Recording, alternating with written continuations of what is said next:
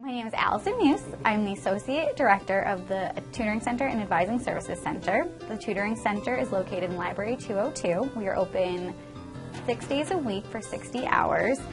We have 50 peer tutors and about 5 professional tutors. We cover about 200 classes on campus. Our claim to fame is that the peer tutors have taken the class, have had the professor know their expectations. So when students come to tutoring, they're not only coming for content knowledge, but they're coming to figure out what the expectations are of the professors, what their tests are going to be like, are they multiple choice, how long are they, and we also work on study skills, so it's not always just to learn what you relearn what you learned in class. But that is what we do. We are a supplement to your classroom learning, so students come to us to reinforce what they've learned in class. We don't identify or distinguish between the professional tutors and the peer tutors because the professional tutors have a little bit of obviously the added bonus because they either work in the industry or they're a little bit older, so they have some more knowledge. But really our peer tutors are our strongest asset because they've had the professor, been in the classroom, know exactly what it's been like, so they can really translate that knowledge, so they give a little bit more than the professional tutors, where the professional tutors are only talking about what the content is, reinforcing what they're learning. Of course, they'll still do the study skills and so on and so forth, but they don't have that relationship or that bond with the faculty member like the peers will have, so they offer that to the students. We used to have a suggestion box, I guess you can call it, but students would leave comments.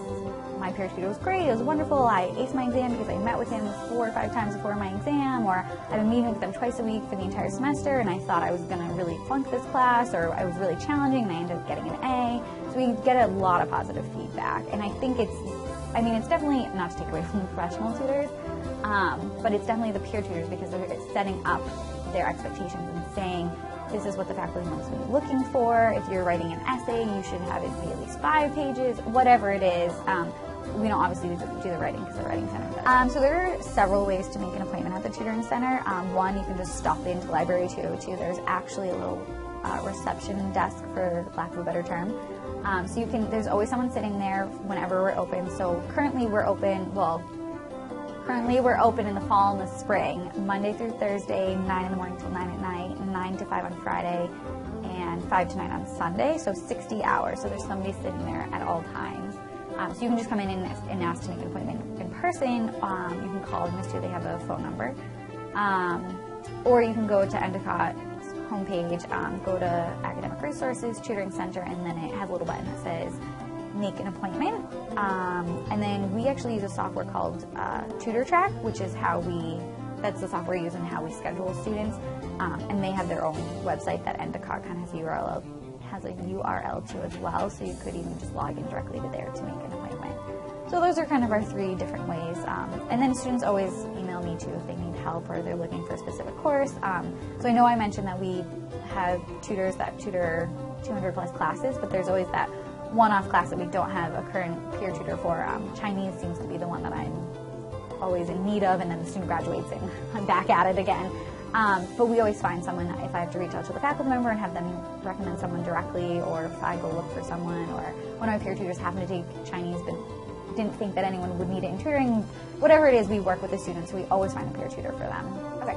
So the other part of my job is the Advising Services Center, also located in Library 202, same hours as the Tutoring Center, and they're actually that little reception desk we were talking about in Library 202, so that one individual who sits there, it's several individuals, but only one person at a time that sits there those 60 hours a week.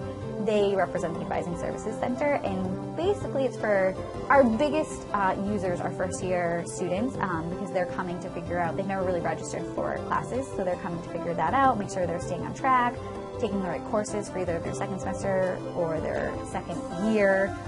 So really we're supplementing the academic advisors. They still have to go see their academic advisors to register for classes, but coming to us as a first step to make sure that they are organized, not really wasting the time with their academic advisor, or can spend that hour with that one individual opposed to a half hour with their academic advisor. It's really helpful.